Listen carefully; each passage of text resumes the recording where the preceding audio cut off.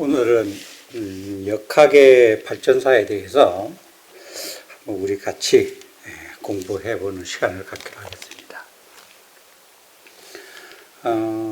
사주명리학, 즉 역학은 중국의 한학으로부터 중국의 역사와 같이 했다고 보는 것이 전법입니다.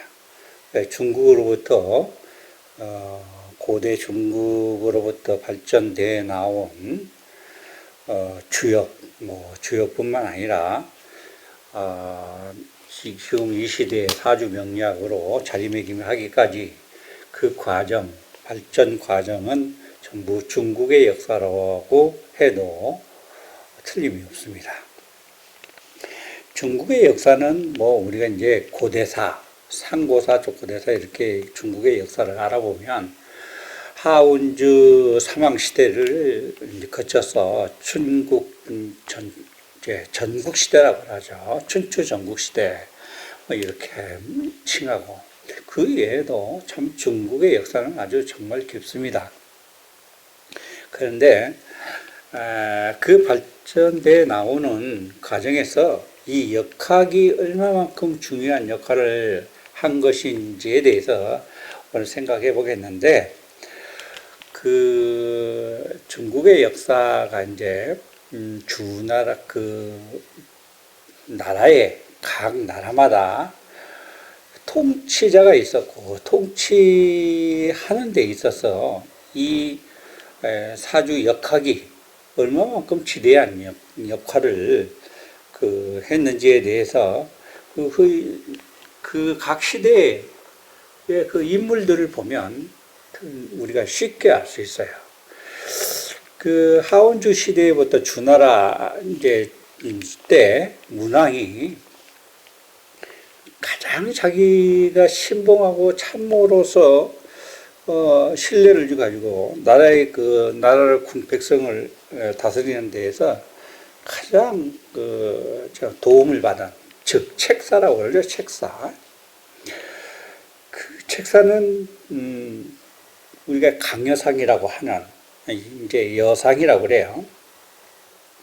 강여상인데, 우리가 이제 우리나라에서는 강여상에 대해서, 강여상이라는 인물에 대해서 나중에 시간을 두고 한번 얘기할 거리가 있는데, 우리가 이제 흔히 말하는 강태공이라는 인물, 우리가 알고 있는 강태공이라는 인물하고 일치하는 같은 인물입니다. 이 강여상이라는 분이 아주 정말 역학에 대해서, 역학뿐만 아니라 천문지리에 대해서 아주 정말 실력이 깊고, 아주 그 이치가 아주 밝아서 정말 나라를 문왕을 도와서 나라를 통치하는데 큰 공을 세웠고, 후에는 왕의 자리까지 오르는 인물입니다. 그 다음에 우리가 이제 중국의 역사를 항고죠. 유방이죠.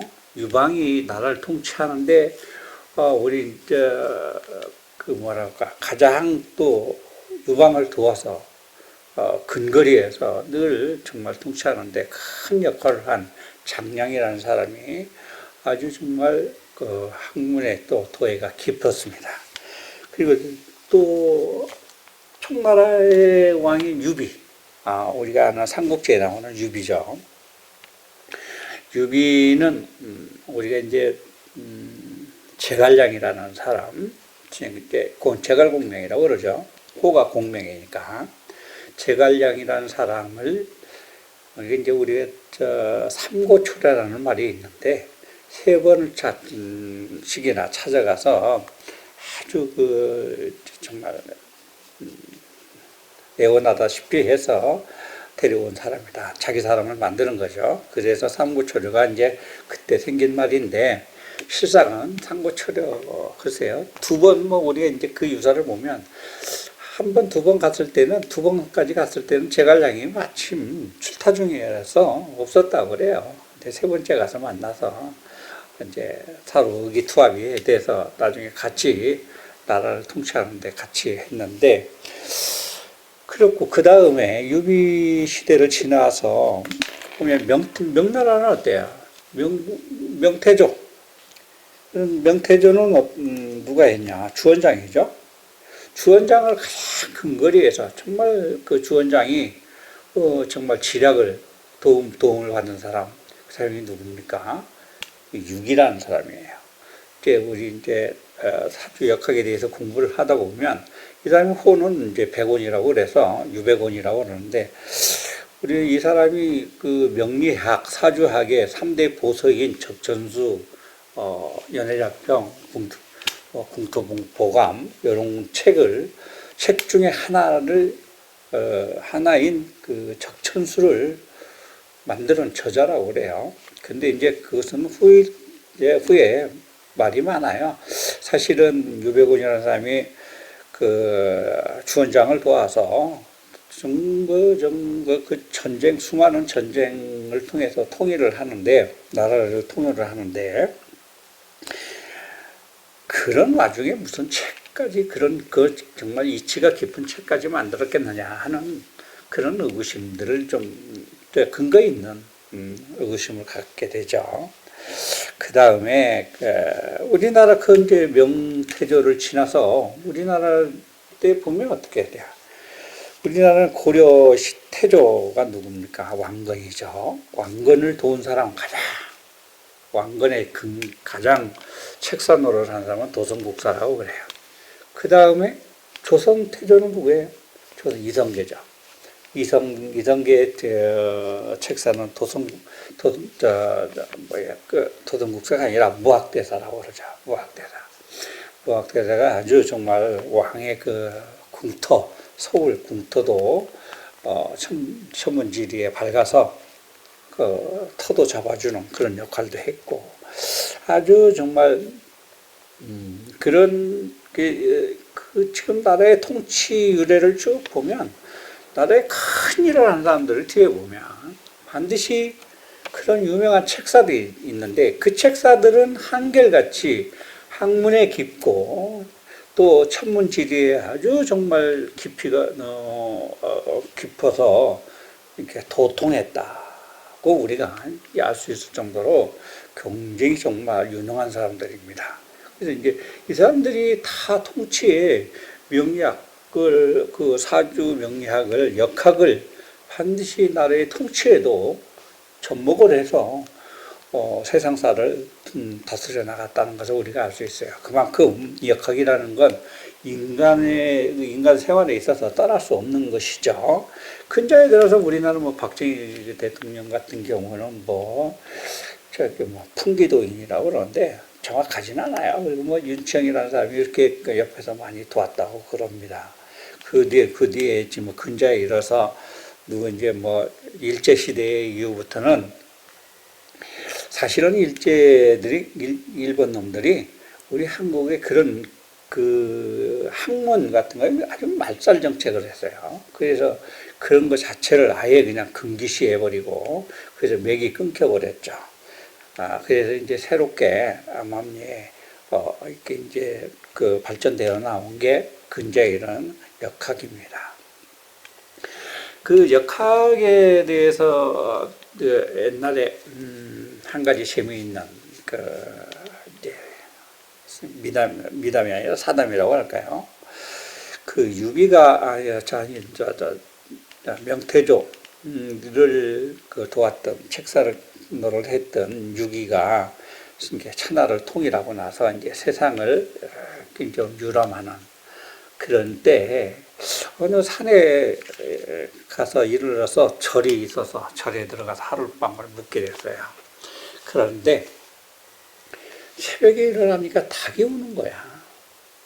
닭이 꺾이고 하고 닭이 오는데 이 깊은 산속에 이게 닭이 울 일도 없고 또 더구나 절인데 스님들이 육식을 금하고 하는데 절에서 닭을 키울 리도 없는데 닭이 운단 말이야. 그래서 이제 아침에 일어나서 주지 스님한테 스님은 어제 새벽에 닭이 우는데 닭이 우는 건 웬일이요? 그랬더니 주지 스님이 얘기를 하기를 과거에 제갈공명이라는 분이 우리 절에 와서 하루 누웠는데 그 묵은 기념으로 흙으로 만든 닭을 흙으로 만들어서 이렇게 하나 놓고 갔는데, 그 이후로 그 닭이 새벽만 되면 꼭 운다 이거예요. 그 이제 그 소리를 듣고 이제 유비가 그 닭을 가서 보니까 단지 뭐 다른 게 특별한 게 없어요. 그냥 흙으로 만든 닭일 뿐이야. 아이 화가 나는 거예요. 이게 원래 이제 그 유배라는 사람이 자기 자신에 대해서 굉장한 자부심을 가진 사람이에요. 자기는 천하를 통일한 사람이다. 그리고 과거에 그 시절에도 제갈량이 뭐 이렇게 소문에 아주 대단한 사람이라는 게 소문이 들어서 있었지만, 이렇게 전에 내려와서 육이라는 사람이 알고 있었지만, 자기는 그 천문지리에 대해 공부를 열심히 해서 정말로 주원장을 도와서 천하를 통일한 사람인데, 사실은 제갈량이 그렇게 신통방통하다는 제갈량은 사실은 나라를 3분의 1 통일을 하지는 못했죠. 3분 안에 그쳤다. 그러니까 유백원이라는 사람은 생각을, 제갈량이 아무리 지가 신통하더라도 나만큼 뭐 정말 유능했느냐, 나보다 못한 사람이다, 내가 그 사람보다는 훨씬 더 유능한 사람이다는 자부심이 있었어요. 그래서 그 닭을, 흙으로 만든 닭을 그냥 내던져버리니까 깨졌죠. 근데 그 깨진 그 닭 속에서 글씨가 나와요. 이게 옛날에는 축간이라고 그러겠죠. 대나무에다 이렇게 써서 그 속에다 넣어놓은 거니까 이게 썩지도 않고 그 속에 글이 남아져 있는데, 거기에 뭐라고 써있냐면 유기파토계라 써졌어요. 그 얘기는 유백원이가 이 흙으로 만든 닭을 깨뜨릴 것이다 하고 그런 글씨가 써져 있어요. 그러니까 신정이로 몇백 년 전, 수많은 세월이 흘렀는데 제갈량이가 훗날 육이라는 사람이 와서 이것을 깨뜨린다는 것을 미리 알고 있었던 거야. 그게 얼마나 신통방통해. 그 얘기를 듣고, 지금 내가 지금까지는 내가 너무 까불었구나. 내가 정말 그분을 정말 얕봤구나. 이게 진짜 잘못 봤구나. 좀 그래서 그분의 이제 사당에 가서 조금 절을 좀 해야 되겠다 싶어하고 사당에 찾아갔어요. 사당에 찾아가는데 정말 재상노릇 했으니까 말을 타고 다녔죠. 근데 원래 사당 앞에 가는데 이제 말을 타고 쭉 가는데, 하마비라는 이제 사당 앞에는 이렇게 비석이 하나 있는데, 즉 이제 사당에 이제 제를 지내러 예를 갖추기 위해서 말에서 내리는 곳이라는 것을 뜻하는 하마비라는 그 비석이 그 자리가 있었는데, 거기를 그냥 생각 없이 유백원이는 그냥 말 타고 갔던 거예요. 내가 누군데 하고 갔겠지. 근데 이 말이 거기 앞에 딱 가서 그 이상 한 발짝도 더 못 나가는 거야. 가지도 못해. 꼼짝도 못해. 그래서 유비가 딱 유기가 말에서 내려서 그 제갈량의 그 무덤을 딱 사당을 보니까, 제갈량의 무덤 뒤에, 무덤보다는 그 뒤에 정말 저 왕의 자리가, 풍수지리를 딱 보니까 정말 왕의 자리가, 그 좋은 자리가 있는데, 실제로 제갈량의 자리는 그 자리에 쓰지 않고 밑에 써 있단 말이야. 그러니까 유백원이가 속은 그런 거야. 아이고, 그러면 그렇지. 이 양반도 별 수 없구나. 나만 보다구나 하는 거 그랬는데, 그 사람이 가서 이제 그런 또 얕보는 그런 마음이 생겼죠. 그런데 그 마음을 이제 가다듬고 그 비를 탁 넘어뜨렸대. 발로 차버렸대. 무시하는 마음으로 그랬겠죠. 그랬더니 그 비석에서 무슨 또 하나가 쪽지가 나왔어요. 그 글씨가 하나 나왔는데, 거기에는 글이 써져 있는데 뭐라고 써져 있냐면 충신분리군왕측이라. 그 얘기는 충신은 왕의 옆자리를 항상 지키는 것이다. 그런 글씨가 딱 써져 있어요. 그러니 뭐 그거 써져 있고 그 얘기는 뭐냐? 자기는 왕의 자리 왕인 유비 이상의 길을 너무 넘보지 않고 자기는 부하일 뿐이지 왕이 될 수 없다는 것을 알고 충신의 자리로서 그 자리를 탐하지 않는다는 뜻을 거기에다가 표시를 했던 거예요.